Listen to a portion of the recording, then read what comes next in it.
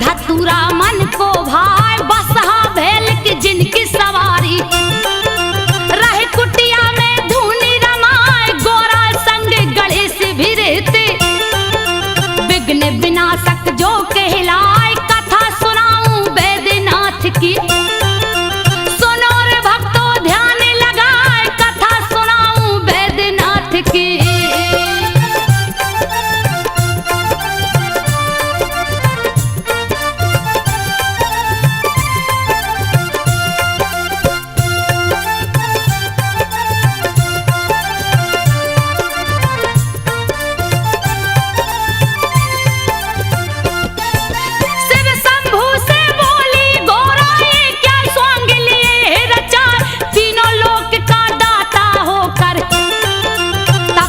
कालिया भेष बनाए सुन के उल्हना तब गोरा की सोने का महल दिया बनवाए गृह प्रवेश करने को शिव जी विश्वेश्वर को लिया बुलाए रावण जिसका बेटा लगता के कसी जिसकी पत्नी कहाए विश्वेश्वर के संग के कसी स्वर महल में गई समाए पूजा का जब हुआ समापन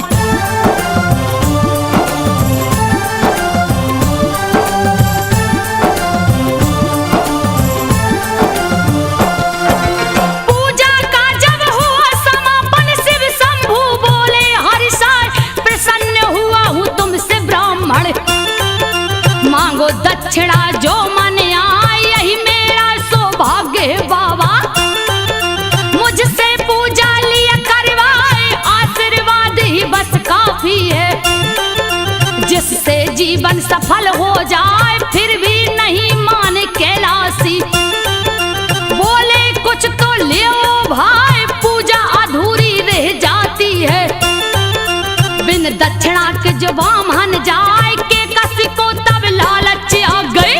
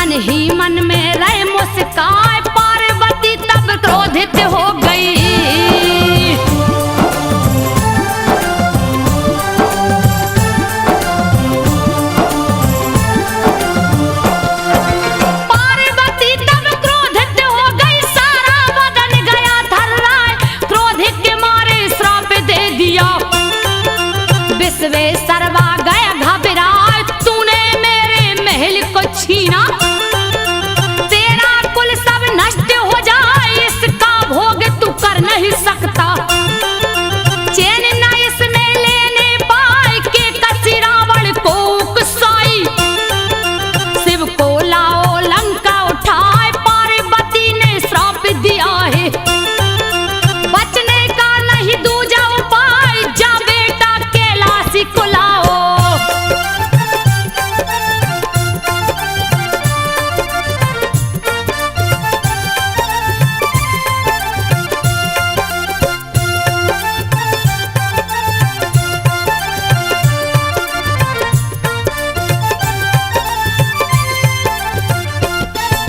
जा बेटा कैलाशी को लाओ, नहीं तो लंका ध्वस्त हो जाए। नहीं ऐसा जो करोगे बेटा, कोई भी कुल में बच ना पाए। सच कहती हूँ तुमसे बेटा, के कसी रावण को समझाए। तुमको शिव है बहुत मानते, शिव को दो प्रसन्न कराए। किसी तरह से जाकर लाओ, बैठी हूँ मैं आस लगाए। चूक हो गई मुझसे भारी, तेरे पिता को दी उपसाय। विश्वेश्वरवा के बेटा रावण,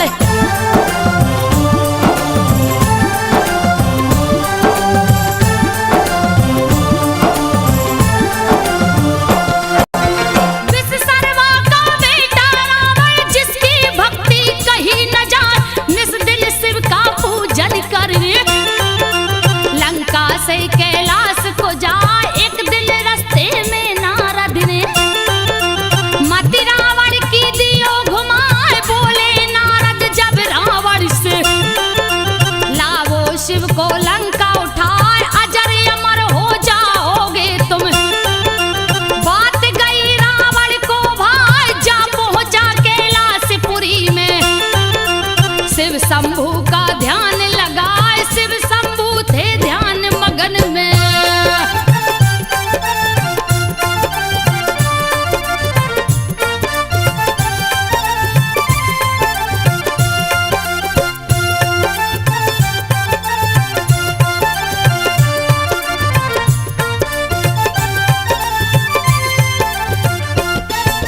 शिव शंभू थे ध्यान मगन में, रावण मन ही मन हर्षाए। ऐसा मौका नहीं मिलेगा, क्यों ना लूं कैलाश उठाए। रखूंगा जाकर लंकापुरी में, फिर शिव जी को दूंगा जगाए। सोच के ऐसा सब रावण ने कैलाश पर्वत लिया उठाए। हिला कैलाश ओ शिव जी डोले, दिया रावण ने हाथ लगाए। ध्यान भंग हुआ शिव शंभू का, तब जंघों से दियो दबाए। दब गया दोनों भुजा रावण का।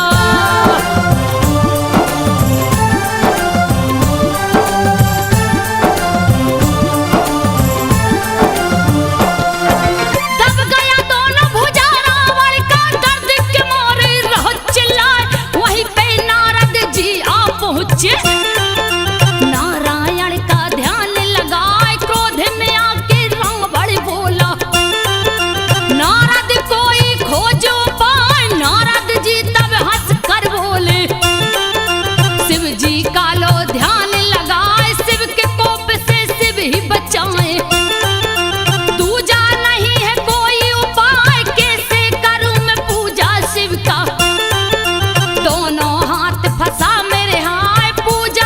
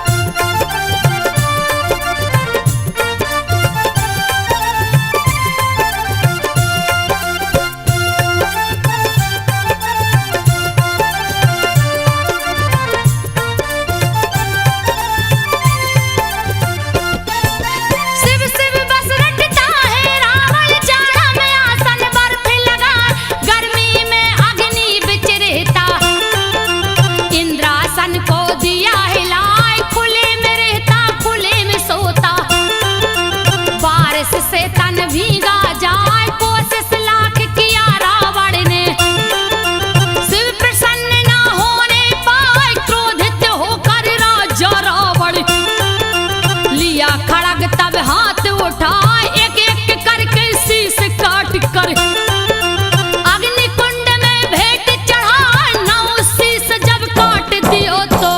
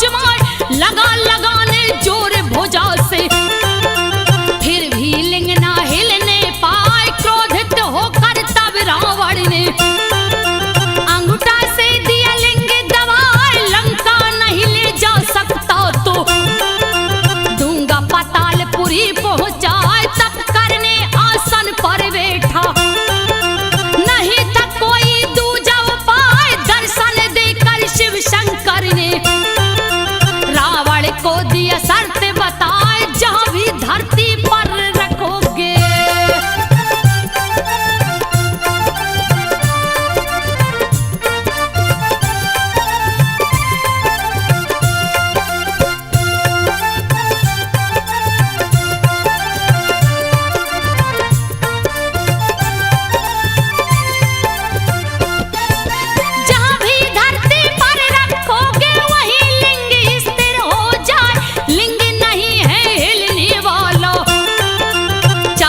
जितना जोर लगा लौट जाओ अब लंका रावण। दूजा नहीं है कोई उपाय, मेरी आराधना जहां करोगे मन वांछित वर प्राप्त हो जाए। रावण लौट गया लंका को, सारे देवता गए हर्षाए। शिवलिंग को स्थापित करके बैजू को दिए भक्त बनाए। देवता गण बैजू से बोले,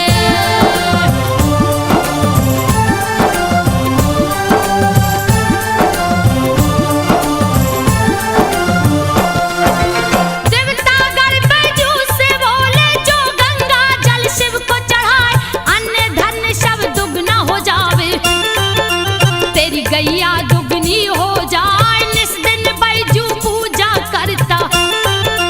शिव शंभू का ध्यान लगाए, एक दिन बिन पूजा किए ही बैठ गया भोजन पर आए। ध्यान पड़ी जब शिव शंभू की, दौड़ा दौड़ा बैजू जाए। जैसे ही पूजा पर बैठा है शिव शंभू बोले हर्षाए, हुआ प्रसन्न मैं तुमसे बैजू।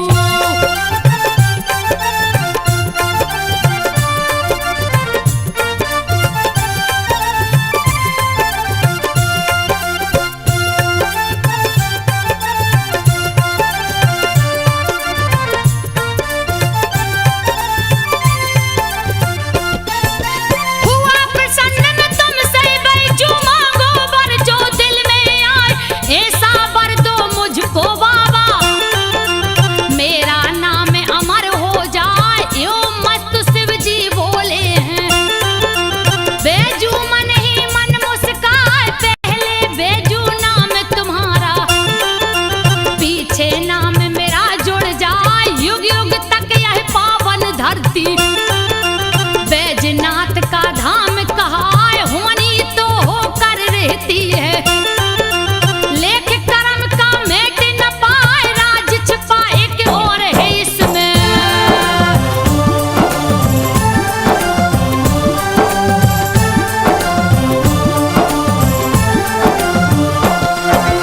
राज छुपा एक और है इसमें। सुनो रे भक्तों ध्यान लगाए, शिव जी के ससुर दक्ष है प्रजापति। यज्ञ दिया है शुरू करवाए, नर किन्नर गंधर्व देवता सबको न्योता दिया पठाए। नहीं निमंत्रण शिव को भेजा, ए अपमान सहा नहीं जाए। शिव शंभू से सती ने बोला, चलिए यज्ञ को देखा जाए। बिना निमंत्रण में नहीं जाऊं। शिव शंभू बोले समझाए, मगर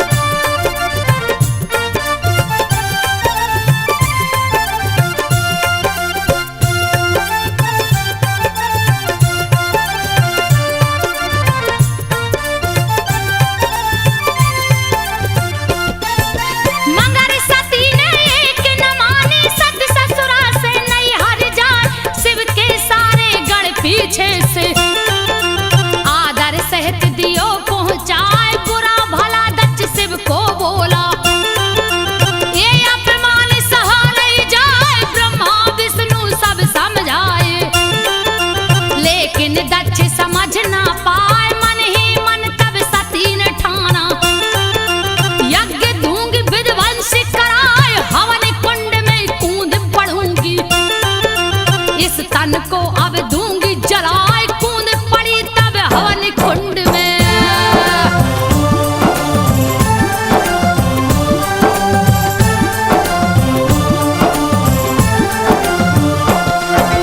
कूद पड़ी जब हवन कुंड में, अग्नि डर से भागी जाए, योगाग्नि को प्रकट किया तब सती ने तन को दिया जलाए, मची तबाही यज्ञशाला में।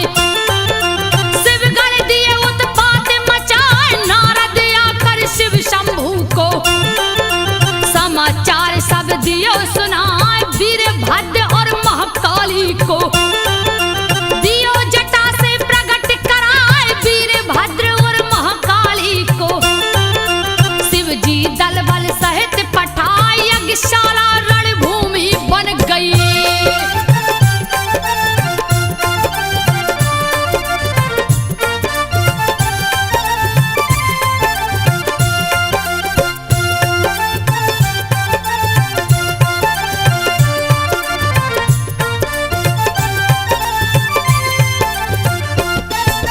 यज्ञशाला रणभूमि बन गई, जिसकी वर्णन कहीं न जाए, काले लगा प्रत्यक्ष नाचने, दक्ष की सेना भागे पराए, शिव के गढ़ सब क्रोधित हो गए, यज्ञ का दिए नाम मिटाए, माया में बसीभूत शिव ने सत्य के शव को लिया उठाए, मोह भंग होके से शिव का देवता सभी समझ ना पाए, विष्णु ने तब चक्र सुदर्शन सत्य के शव पर दिया चलाए, विष्णु ने तब चक्र सुदर्शन।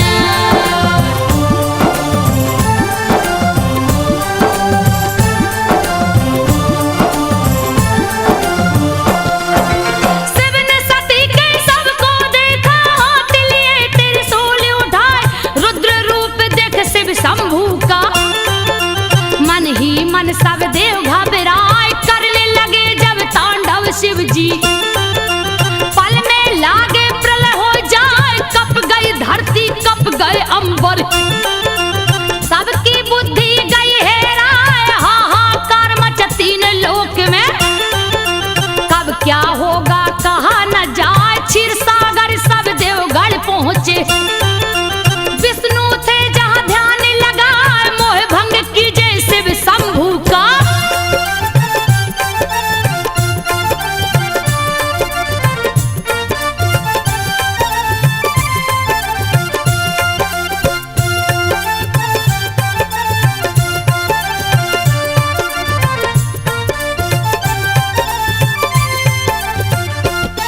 तो मोह भंग कीजे शिव शंभू का, तीजा नेत्र कहीं खुल जाए, जल जाएगा धरती अंबर, जल्दी कीजिए कोई उपाय, बादल गरजे बिजली चमके, हवा बहन लगे साए साए, आंधी तूफान ओला वृष्टि से सृष्टि कहिए ढक ना जाए, सुन के चक्र सुदर्शन धारी, देखा शिव को ध्यान लगाए, गगन में देखा शिव शंभू को विचरत सती के सबे उठाए, गगन में देखा शिव शंभू को।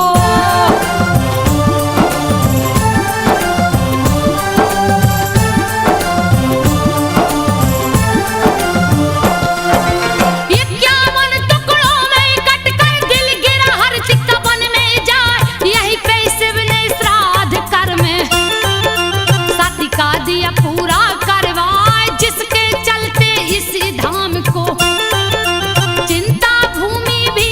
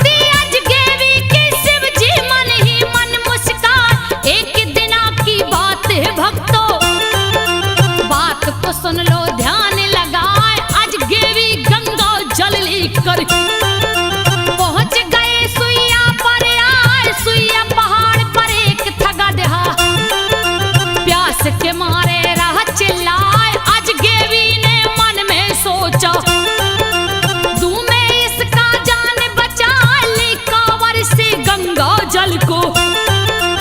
उसके मुंह से दिया लगाए, भक्तों से अपनी लेत परीक्षा।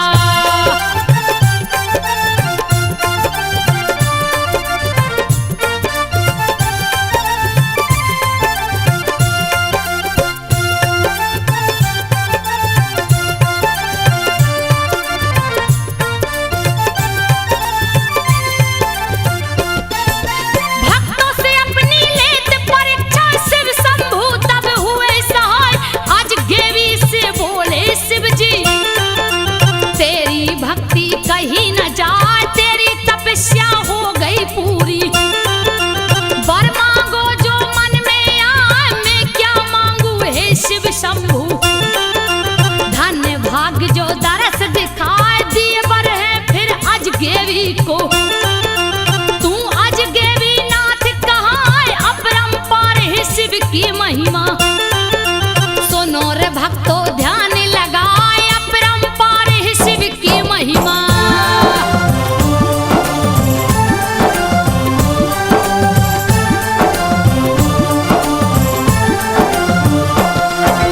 त्रेता युग के सावन माह में राम जी सुल्तानगंज को आए। सीता सहित चारों भाई ने कांवर में जल लिया उठाए। सुल्तानगंज से देवघर आकर शिव शंभू को दिए नहलाए। लंका से लंकेश भी निकला, हरिद्वार से जल भर लाए। सावन माह में देवघर आकर शिव जी को जल दिया चढ़ाए। समुद्र मंथन सावन माह से, सुनो हुआ था ध्यान लगाए। समुद्र मंथन सावन माह से।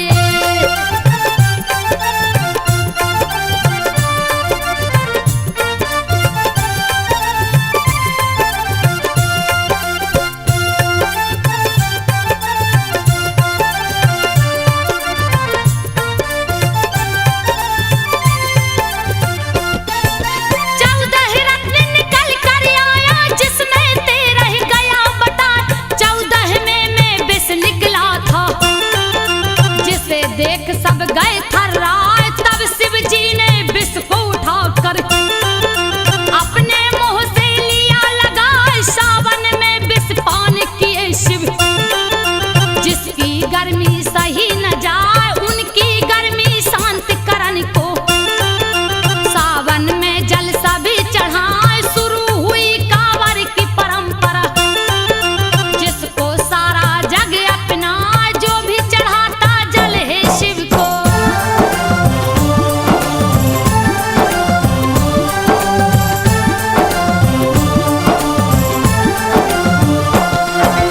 बड़ी विभीषण काल पड़ गया, प्राणी त्राहि माम चिल्लाए।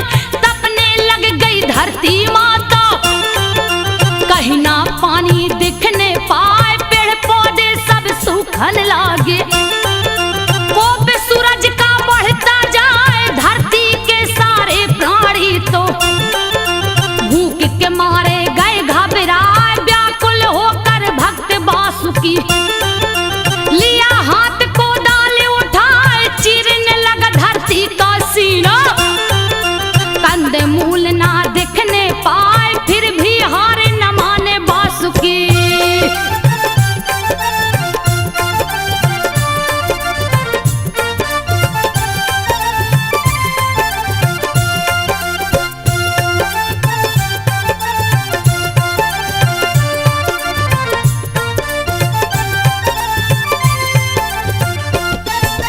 फिर भी हार न माने वासुकी, धरती का सीना चिरता जाए। खून से लटपट हुआ कुदाली, शिवलिंग से गए हैं टकरा। एक टकरा निहार वासुकी, खून को देख गया घबरा। चूक हुआ मुझसे ये कैसा, मन ही मन वह रहा डरा। लगता है कोई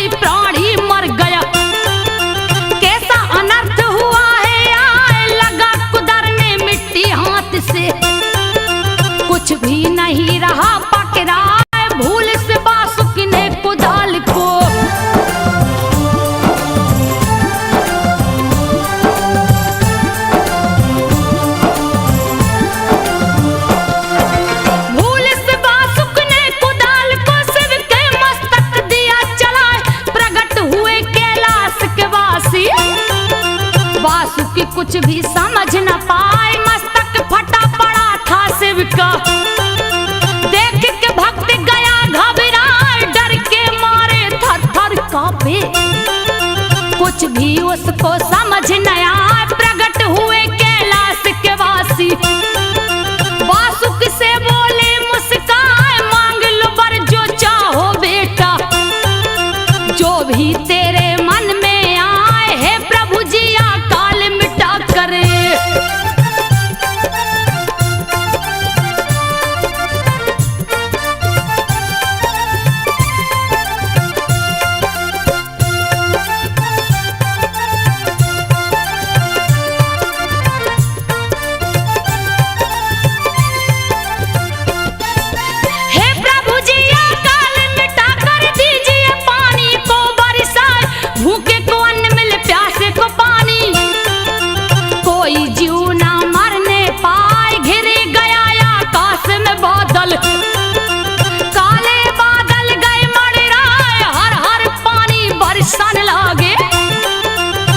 जंतु सब गए हर साय, शिव शंभु वासुकी से बोले, यहाँ 2 मंदिर मुख्य बनाए, नित प्रति मेरी पूजा करना।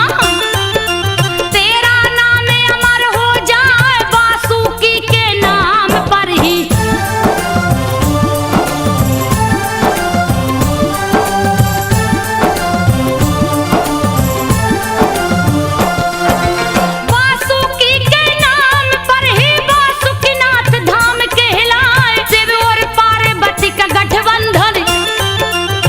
शिवरात्रि को हो जाए, शस्त्रों की पूजा भी इस दिन ही करते हैं सब पंडाया। शिवरात्रि में जो शस्त्र को छूता, उसका देते कष्ट मिटाए, भगवा वस्त्र को धारण करके भक्तों शिव को पूजने जाए, बोल बम उच्चारण करके। नंगे पांव कंवरिया जाए, इस मंत्र के उच्चारण से।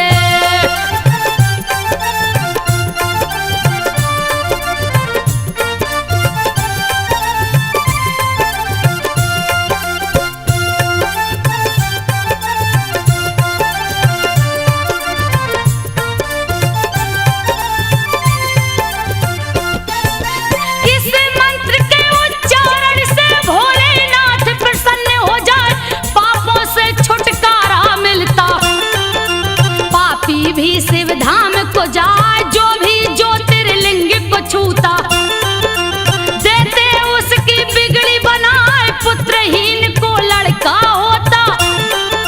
निर्धन भी धनवान हो जाए, रोगी प्राणी स्वस्थ हो जाता। देते शिव जी रोग मिटाए, धन हो जाता है वह प्राणी। जो भी कांवर शिव को चढ़ाए, अश्वमेघ यज्ञ का पुण्य होता।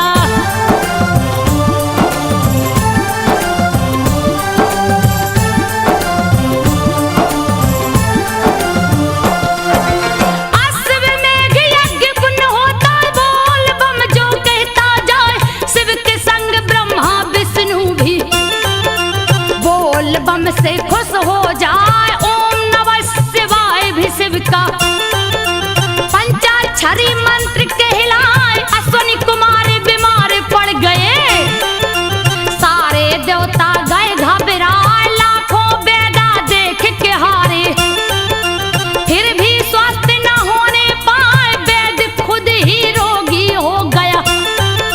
कोई दवा समझ ना पाए, व्याकुल हो गई भार्या उसकी।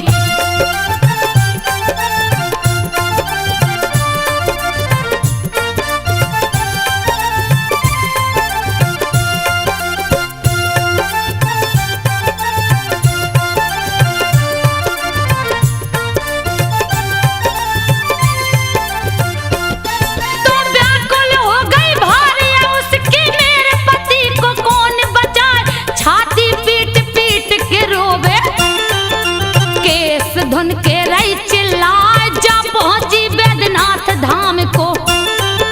शिव जी आसन जहां लगाए, सर को झुका के शिव से बोली, लीजिए पति की जान बचा, थक हार गई